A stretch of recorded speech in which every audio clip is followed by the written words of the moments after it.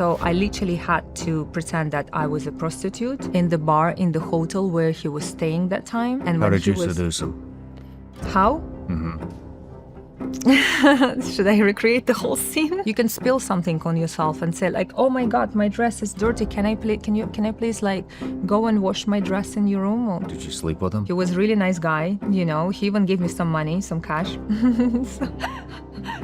I made a profit. It's generally how it works with prostitution. So I'm told. Can we talk about your first mission? Yes. Do you remember it? Yes. What was it? So it was one of the kind of like foreign, but not too, so it's basically post-Soviet country government person who had some information. And so the first mission were actually, so I was sharing this in the podcast. So I had to place an envelope without him knowing who exactly placed it. He would have some ideas or doubts or whatever, but he that time should know that it was particularly me placing the envelope. So I literally had to pretend that I was a prostitute in the bar in the hotel where he was staying that time. And I had to seduce him, get into the room. And How when did he you was, seduce him? How? Should I recreate the whole scene? Oh, God. What was in the envelope? I could not open. And okay, so it was filled, right? It was, how do you call it in English? Like filled? Yeah, filled. So Sealed. Sealed, yes. It was something like that. So the envelope was sealed. I couldn't open it. And yet, if I would open it and know it, I wouldn't be able to share it. Just for my own like security for my life. So so I had to give him the envelope. The only one way how I could place it was in the private place. So obviously it has to be in his room where nobody would distract him or wherever. So I wouldn't be able to do it, let's say in the bar or wherever, because like again, many people, many eyes and all this. So how did I seduce him? Very simple. Because he had never seen you before. And so you're showing up undercover with the cover of a prostitute. Okay. How many women are in the bar? Not so many. We all do understand when man comes to the bar with friends or alone to have a drink, most likely he is open for a conversation with a beautiful female. Right? Otherwise, if you don't want to, you wouldn't come, right? If you're tired or wherever, you go sleep to your room. So you obviously want some adventures. 2, when the mission is like that, when you don't need to establish trust, when you don't need to establish love, long-term relationship, one night stand, it's very easy to organize from a woman perspective. Show me any man who would say no to one night stand. Any. Nobody would say no.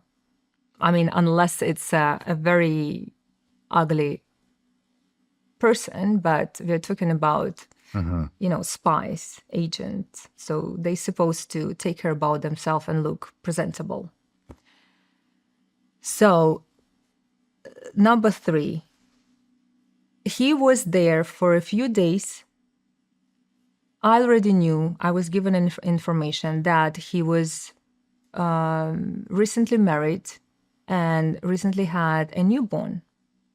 Obviously, a man who just have a little baby at home.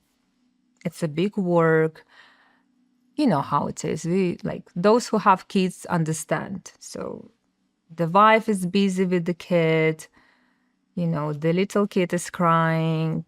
It's not the same like it was before. So for him, it was easier to just have some sort of adventures and relaxed time for himself because he's on the business meeting. But at the same time, why not to have like some romantic emotions just for one night? Who would know? No one, right? So that's why it's an easy target. What about the other women at the bar? That How time do they you were know not. that you're going to be the one that walks out of that bar with So them? yeah, so first of all, there were not so many. I think well, as much as I remember, there were like a couple of women. Second, I was the most beautiful. First of all, I was that time I was already skilled.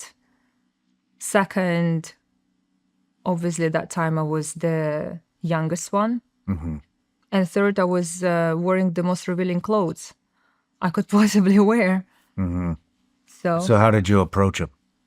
Very easy. About the drink, it's like one of the common thing you actually can approach any man if you want to meet someone. You start from the drink. What are you drinking? Like, what would you recommend to drink here? Like, how often do you come here? Like, do you like this bar? There's so many questions you can ask. So many, and you can from one. Oh, you're not here. Like, oh, it's your first time here. Oh, like.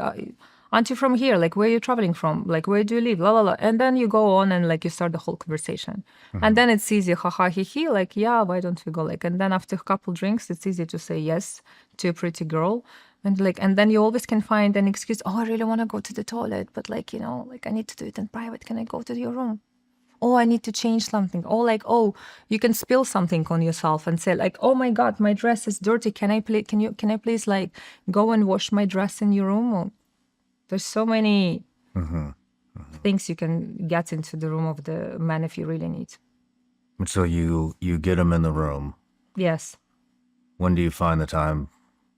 Okay, so get the envelope when wherever he it needs was to go. in the toilet, when he was in the shower, that's it. So the suitcase that time, I mean, now probably it would be much harder, but that time suitcases were not with the like special lockers or whatever. So it was quite easy to open it, place it. It was just like little clickers. Click, open, put the envelope, through all these papers and then close it and that's it. Voila, you didn't do anything. Did you sleep with him? With him, actually, I didn't. You didn't? No, I didn't because it was my first mission. I was scared and I didn't want to, I don't know, like, it's just like, I wasn't ready, okay? I wasn't ready and and he was sort of like gross to me. I didn't want to. He was overweight as well, so it's just like, so I sort of like manipulated him on his family.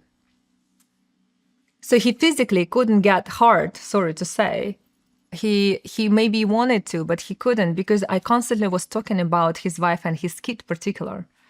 Because his kid was a newborn baby girl. And of course, he loves her. Of course, like it's his first experience. And when you mix together kids feeling together with the sexual desire and all that, the sexual desire would be kind of like, it won't work that much if you wouldn't talk about kids. It's sort of like bringing kid into the sexual conversation. So we had a really nice conversation, though. He was a really nice guy. He even gave me some money, some cash. So I made a profit. It's generally how it works with prostitution.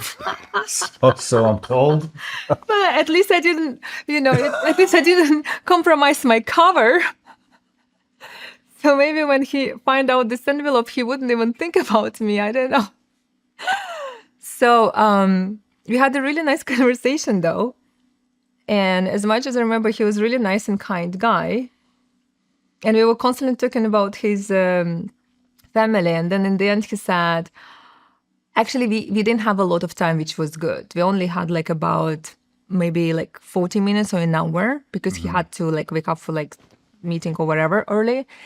And he told me like, I don't have a lot of time. So I was like pushing into conversation. And then he said, thank you so much for this conversation. It was so important. Like I wanted to speak out with someone, but I can't, right? Because I couldn't tell these things to my wife or like, to anyone. So it was so nice to speak with you because I was a random person, and he would share with me all his thoughts.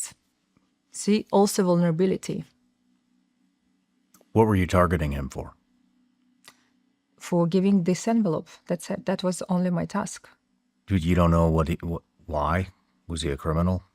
Was he a No, trafficker? he wasn't a criminal. It was, so I was in the academy at that time. It was my first task from my teacher. I don't know. So I don't know exactly why she sent me there.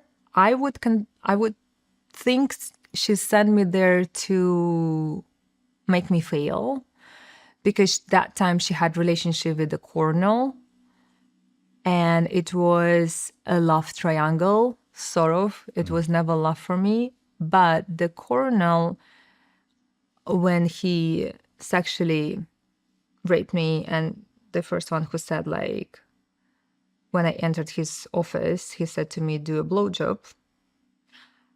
He was the one who actually, over time, fall in love and protected me from me having sex with the rest of teachers. No matter where you're watching Shawn Ryan Show from, if you get anything out of this, please like, comment, subscribe, and most importantly, share this everywhere you possibly can. And if you're feeling extra generous, please leave us a review on Apple and Spotify podcasts.